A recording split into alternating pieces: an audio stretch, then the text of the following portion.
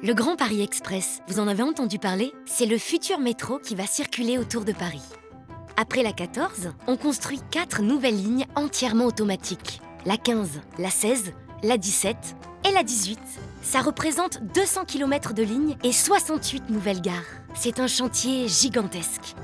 Le Grand Paris Express, ça va ressembler à ça.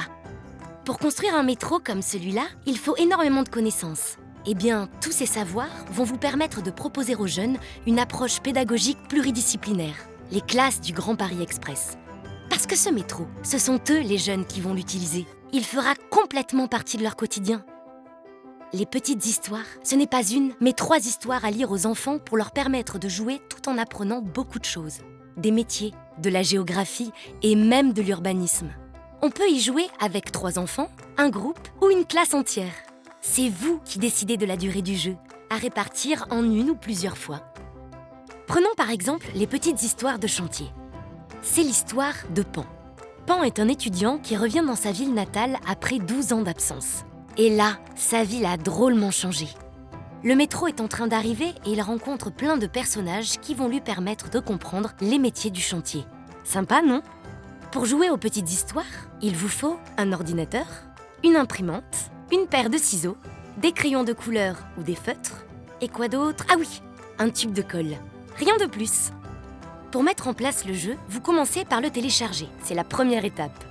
Sur Internet, vous vous rendez sur le site des classes du Grand Paris Express. Vous sélectionnez l'onglet « Ressources pédagogiques », puis « École primaire ». Vous téléchargez le kit de l'histoire avec laquelle vous voulez jouer. Les petites histoires de chantier, les petites histoires de mobilité ou les petites histoires de gare.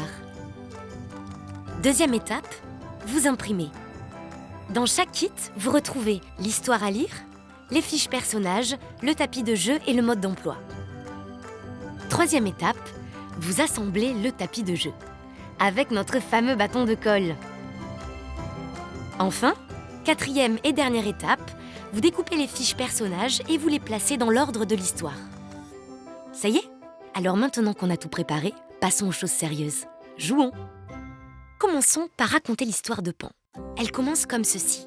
Pan, l'étudiant, redécouvre sa ville natale après une longue absence de 12 ans. Il observe avec étonnement les transformations autour de lui, quand tout à coup, il débouche sur des palissades de chantier. Il s'approche, intrigué. « Bonjour Pan, je suis Sue, l'agent de proximité. Je peux répondre à tes questions et te présenter le chantier si tu le souhaites. » Puis, vous poursuivez l'histoire. Et dès qu'un nouveau personnage apparaît, on distribue sa fiche à un enfant.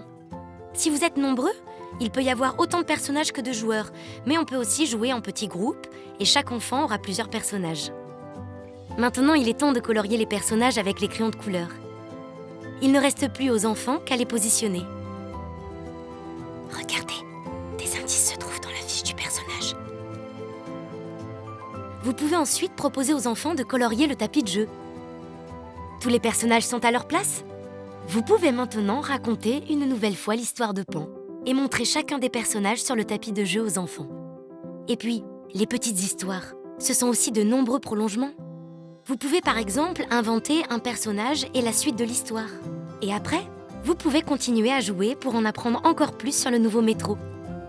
Le site Culture Grand Paris Express propose un grand nombre de ressources pour découvrir le métro en s'amusant. Des livrets, des séquences pédagogiques, des jeux numériques. Alors, à vous de jouer.